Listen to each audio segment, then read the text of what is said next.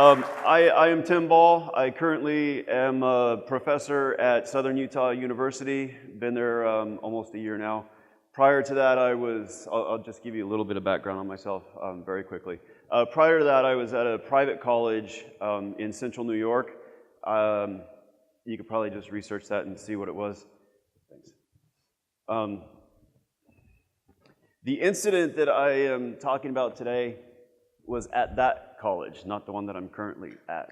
And before I was the college professor type, out in central New York, there's the Air Force Research Laboratory. I was there for quite a while as their lead researcher for cyber operations, and I was recruited by the Air Force while working for the Navy at their Naval Undersea Warfare Center in Information Assurance. So I have not been in, I'm telling you all this so that I can just say, I have not been in academia for very long.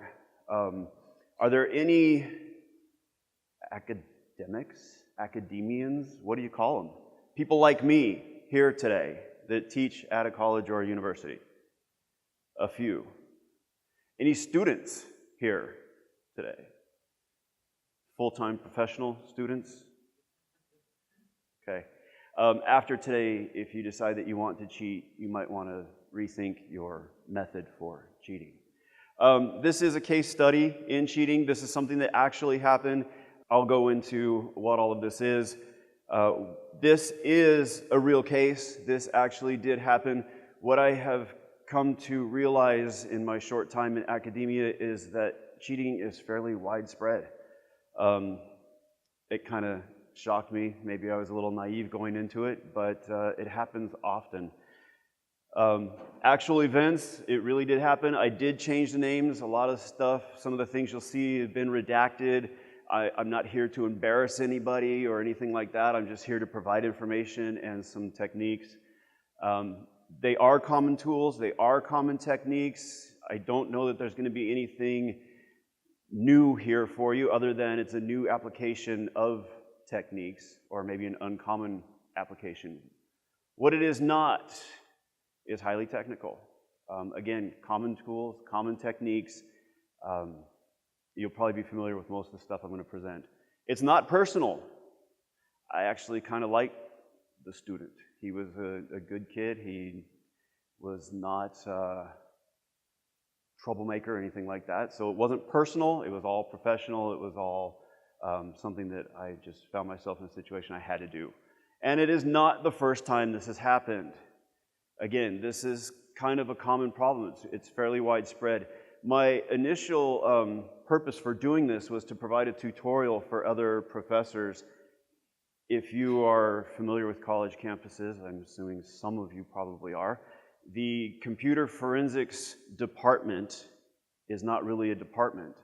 Similar to a lot of law enforcement departments, the computer forensics department or branch of law enforcement often is just one guy or girl, whatever.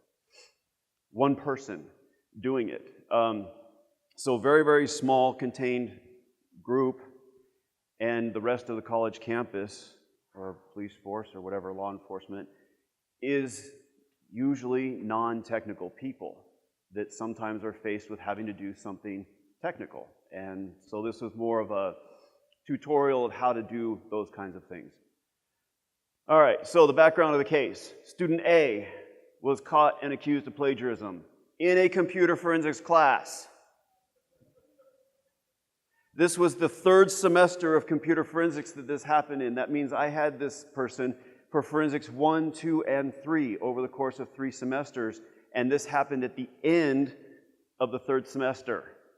I would have thought that by now the students in my class would have understood that this kind of thing, probably you should not be doing this. Student A used student B's work from a previous semester. It happened to be the semester right before that. At this particular college, I was teaching forensics 1, 2, and 3 every semester. There were a lot of students coming through. So student A used student B's work. Try to keep that straight as we go through this, student A and student B. Student A is the one that cheated. Student B was the one that did the original work.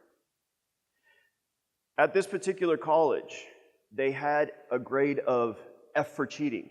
it actually is called F for cheating. It actually shows up on the transcript, the official transcript, as F for cheating. So if you are employing somebody and you require transcripts, take a look at them. If you see an F for cheating, that probably would raise a red flag.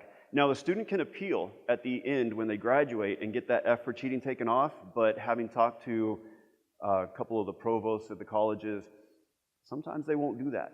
Sometimes they'll leave it on as a message to employers. You might want to think about this before you do this. And of course, student A denied any wrongdoing. I would never cheat. I've never done this before. I would never do anything like this.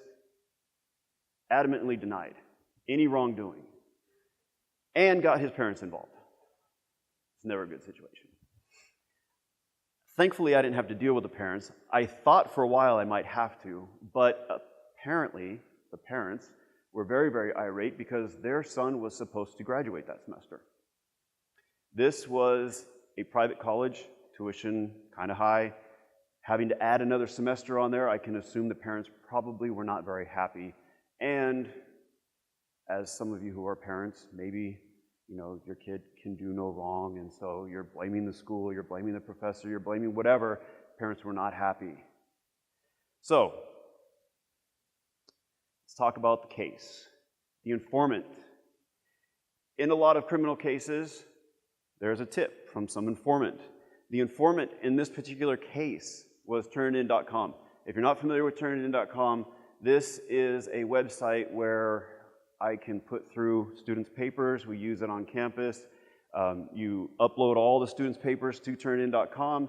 It will return you an originality report. The higher the percent, the more was copied and plagiarized. So you want to keep that percentage low if you want to fly under the radar. This particular one came back at 30% copied overall. In my classes, we use a template for our forensics reports. So I expect that there's going to be some percentage of similarity between all students' papers because it's a template for the report. A lot of the sections are similar. Some of the wording in the template is similar. But students write their own reports. Well, they're supposed to write their own reports. It came back as 18% similar to a particular student. Now, when it comes back from Turnitin.com and it says 18% to a student, it shows that student, if it was one of my students and I had uploaded that, well, I have access to that paper because that was my student and it was a submission in my class. So when you get to the higher percentages like that, it's a I think in Turnitin.com, it's even a red flag, like a literal red flag on the website that says, hey, you might want to look at this. So I looked at it, seeing as how student B was in the same class previous semester, took out the paper, compared the papers side by side. So I did my visual inspection. I've got my evidence in front of me. In a lot of the cases you might encounter, you want to do that triage step, right? You want to just look and see if this is serious, if this is something that's worth pursuing, if it's worth continuing on.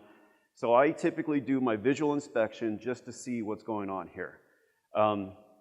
File properties is the first thing that I usually check, just to see what's happening. Check the file properties, check some of the wording. So what Turnitin.com does is it will actually highlight and flag the wording that it found that is similar. So as I put these papers side by side, I saw, yeah, some of the wording is similar in these, and in some cases it was exactly the same. And the screenshots between the two papers look the same. I require that as my students are going through their investigations, that they're documenting precisely their procedure and their process and their findings, and then they provide screenshots that support these things that they have, and so the screenshots look very similar, appeared to actually be the same. So, I have a case. I have something that I need to pursue. I have something that needs to have a little more in-depth look. Took a look at the file properties. It was created by me. It was a template that was passed down to me from previous professor. I modified it, I updated it, I did some changes to it. So that's created by me. I would probably expect that. I've got the author's name there crossed off, but you can see the modified there was last modified by student A. That's to be expected. That's fine. 2-hour editing time, though, that's a little suspicious to me, because this was an extensive investigation that they had to perform, and it was given 2 weeks before it was due. So obviously students procrastinate. Obviously they're going to wait until the last minute, but highly unlikely that they could complete the investigation in 2 hours. But you know, you have to give the benefit of the doubt. So there's really nothing here in this particular file properties that says that this was plagiarism. They started it the day before it was due. So waited until the last minute. It's not uncommon that that happens. As I said, this has happened before. It was in the same course, in Forensics 3. I know he's kind of mesmerizing. If you stare at him too long, you'll probably start to get dizzy. I had an online version. This was the first semester that I'd actually taught at a college. This was when I was adjunct for the college. I was teaching the same course. It was Forensics 3. It was an online version. I had a student that had some family problems, had some things come up that needed some extra time, asked me if they could, you know, turn the assignment in late because of these family problems and whatnot. I don't remember exactly what the excuse was. And I said, you know, being my first time teaching the class, I was like, yeah, sure, whatever. I don't care. I since do care a lot. My assignment policy has changed quite a bit since this first semester. So I get the paper a couple weeks later, and I'm reading through it, and I'm having this sense of deja vu, like, this all sounds very, very familiar to me. And part of the assignment was that they had to create a text file and just put some random text in. It didn't matter what it was. Just put some text in there. And this particular student put in the lyrics to Ice Ice Baby. And then I was like, okay. I know I have read this before. And this is my first class. So it had to be in that class that I read this before. So I went back and looked at the other students' papers that I already graded. And sure enough, there's a paper in there from another student that their text file has the lyrics to Ice Ice Baby. That's not a common thing. So yeah, it stuck out. And pulled up the file properties of these two because I had them side by side. Again, I have both papers right there. I don't know what people think. But pull them up side by side, they're almost exactly the same all the way throughout. Wording, screenshots, layout, everything.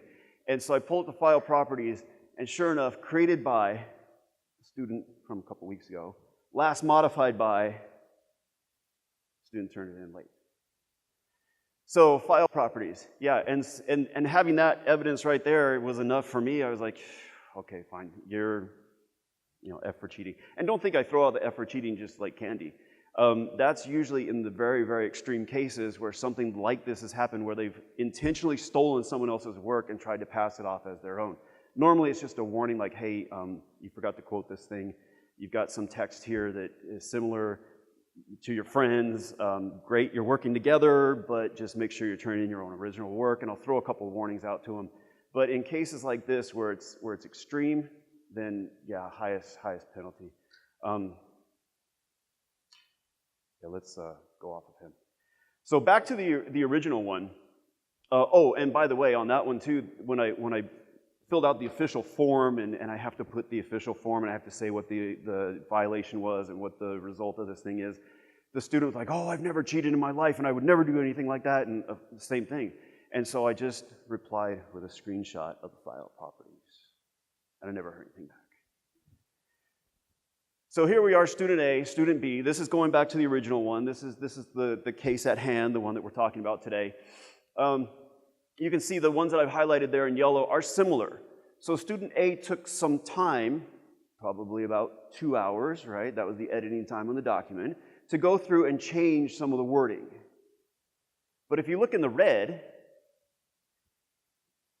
programs are developed in order to make the process simpler. Same errors, same grammar mistakes. And then in the yellow, again, just took a little bit of time to change 1 or 2 words, hoping maybe to bring that originality score down. I don't know what the intent was. I don't usually tell my students that I do turn it in .com. I thought it was common knowledge. If it's not, it probably is now, since this will be posted and they will all know.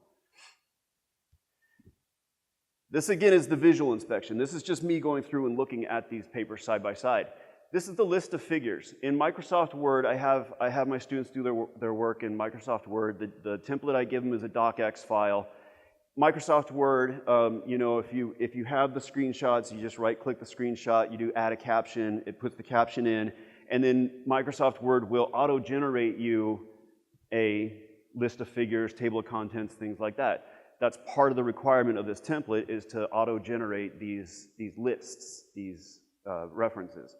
But if you take a closer look, figure 9, if you look at all of them, I don't know if in the back you can actually see them, they're all the same.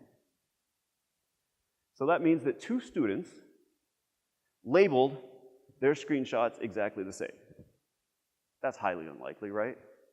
And even on figure number 9, I kind of expanded that one up, blew it up a little bit so you could see it there. Figure 9, check washing goggle search, or goggle, whatever that is. It's misspelled.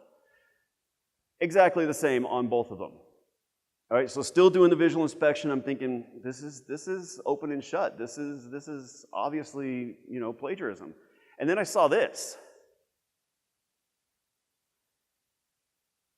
2 students, I am to believe, took the same screenshot and highlighted it with the red squiggly lines exactly the same.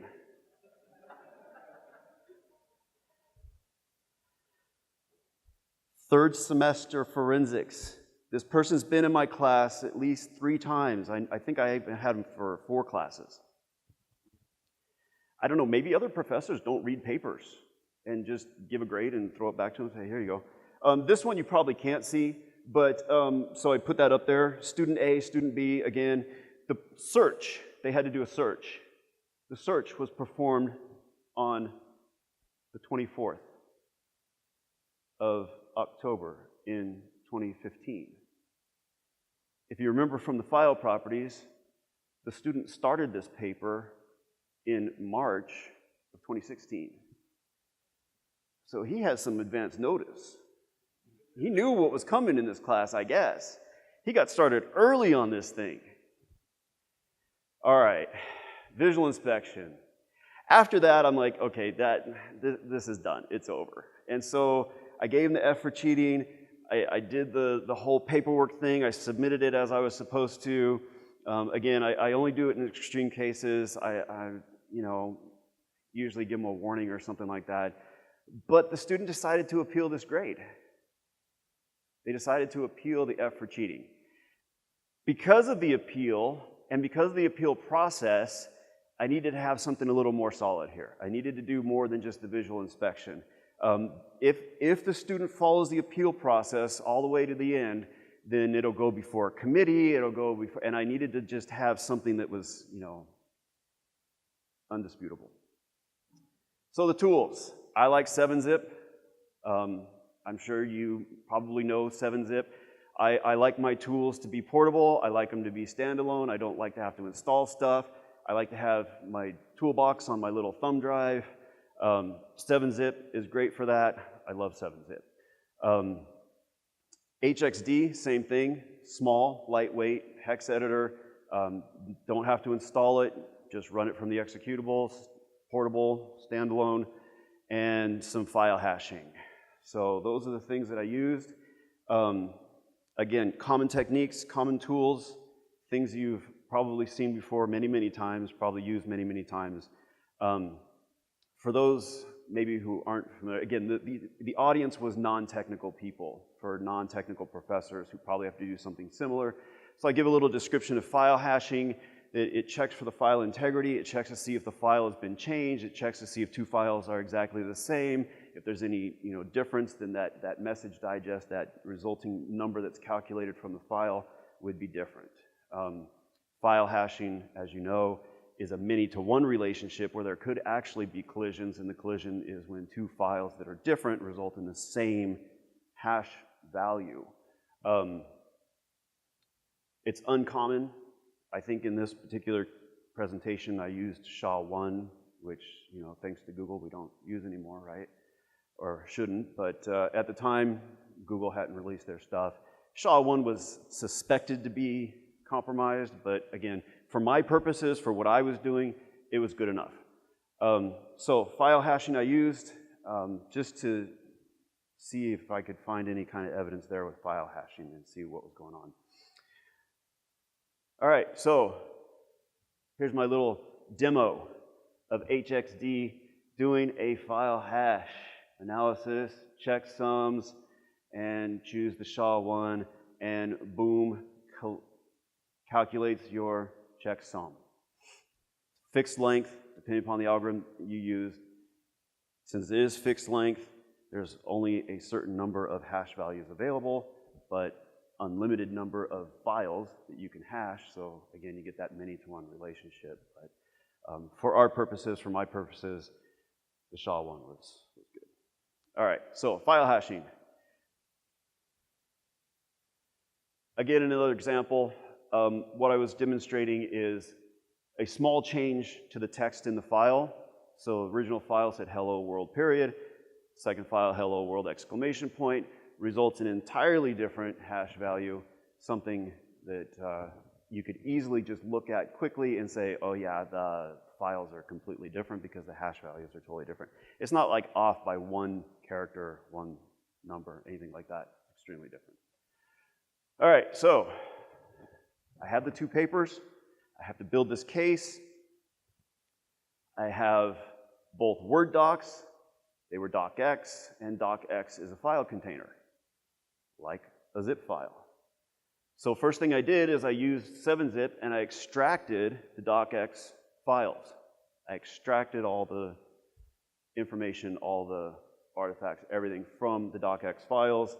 I accessed the original images that were used as screenshots within the documents, and I created hashes of those screenshots from both papers.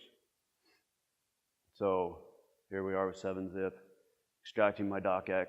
Again, a tutorial for those who have maybe never done this before, extracting a docx file. Okay, boom. You can see now I have a new directory called student A. If I go into the documents, into student A, open up the Word folder, media, there's all the screenshots. So then I could take the screenshots and I could hash them. Now what I did not do is I did not use a command line tool that would hash the entire directory, all the images at the same time. You can do that. There are tools that we use in forensics that do that automatically for us. But again, remember the audience here was more of a non-technical audience, and so I wanted to show a way that could be done easily through a more, I don't want to say user-friendly interface, but a more common interface that they might be used to doing something with. So rather than going command line, that's why I took it through the HXD, so that they actually had, you know, a GUI and a tool and something that worked nice for them, that they didn't have to type stuff in on command line, stuff like that. All right, so going back to this one here, it's obvious by looking at it that these two are the same, but when you take the hash values, you can see the hash values prove these are the same image from student A and student B. All right, final nail in the coffin.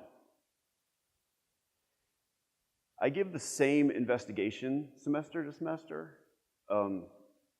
It changes after a while, but what I do is each semester I change certain things about the assignment. So I'll ask different questions. I'll say something like, on this date, at this time, how many files were created? Or give me a regular expression for finding phone numbers, and how many phone numbers did you find on this drive that we're investigating? Something like that. So every semester there's about 4 or 5 of these things that during the course of the investigation they have to find these specific things on that drive during that investigation. And those change. And they change for good reason. Because of this. Student A answered the questions from the previous semester. So again, when confronted with this, the verdict. So student first went to Student Affairs. That's their first stop if they want to appeal a grade. Student Affairs guy and I kind of knew each other. He called me up on the phone. He says, hey, what's the story with this one? He's disputing it. And all I told him was, well, he's got 2 screenshots in his paper. I didn't go into the full thing. 2 screenshots, and the dates on those screenshots are from the previous semester. There's no way there could be his. And, you know, I gave a little more detail. Some of the wording is similar, I think I told him. And he's like, oh, okay. He advised the student not to pursue this. The student affairs guy knew me fairly well. But the student decided to appeal further up the chain, went to the program director, I think because the program director was his advisor. Because typically you would go to the department chair. That's kind of the chain of command. But anyway, he went to the program director. Program director took him in to see the associate dean. Parents were involved this whole time, by the way. So parents were at student affairs, pitching a fit. Parents were in the program director's office, having a fit. I can't testify to that. I wasn't there. I don't know. I was just told that they were very, very upset. So the associate dean called me into the office. So I'm in the office with the associate dean, with the program director, the department chair, who finally got involved with this, and there's one other person. I can't remember who that was.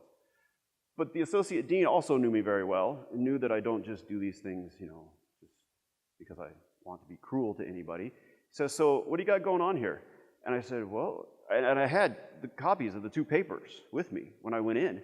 I said, the papers are very, very similar. They're almost exactly the same. Screenshots are the same. And, you know, he basically took this other guy's paper and turned it as his own. I didn't even give him the papers. I didn't show him the papers. He's just like, okay, that's fine. So they denied the appeal to the student. Next step for the student is to go to the provost. So I get called into the provost's office, and if you don't know what a provost is, because I really didn't know what a provost was until a couple years ago, the provost is the head guy over all academics. So he's like my boss. And he calls me into his office. I'm sitting there, like in the principal's office as a kid, thinking I'm in trouble. But, you know, I'm not in trouble. I didn't do anything wrong. But this kid's parents are having a cow. So he calls me and he says, what's going on? And I said, well, he took someone else's paper and turned it in for his own. And you know, again, I had the papers, I had all this stuff, I had this, you know, stack, and he's like, okay, well, the student's saying he only took 2 screenshots. Yeah, okay, because that's what I told the student affairs guy, right, was that he only took those 2 screenshots. I didn't say that, but that's what this student, he kind of latched onto that, and he's like, no, I only took those 2 screenshots, I had the wrong date. I'm like, nah, it was everything. I told the provost, it was everything. So he says, well, there's 2 different stories here, so we got to get everybody together, and let's, you know, come in and have a chat about this, and let's talk about it. So that's when I went and built the whole case. When I had to go in front of the provost, and I had to confront the student, and I'm thinking in my head that I'm going to have to confront some pretty angry parents too, that's when I had to build the whole case. So I come into that meeting a few days later, I've got like this stack of stuff. And I'm sitting there, I'm ready to go. I'm like, all right, to get these parents in here, the student, whatever. I was ready. I had everything I needed. And the student sits down. The parents didn't come in. I don't think the parents were even there. Student came in, sat down. Provost says, we're here because there's 2 different stories. And he says to the student, you're telling me that you took 2 screenshots and that was it, but you know, Professor Ball is telling me that it was the whole paper. Well, what story is the right story? The student kind of looks down and he says, the second one. So finally, after all that time, the truth comes out. I sat there in that meeting and didn't say a single word. I didn't say anything. The provost laid into him, like read him the riot act of all the time that was wasted and all this other resources and everything. I didn't say anything. I just sat there with my stack of papers. So, lesson learned for me is if this ever comes up again, just walk in with a stack of papers. That's all you need. You don't need any of the rest of this. Just a stack of papers.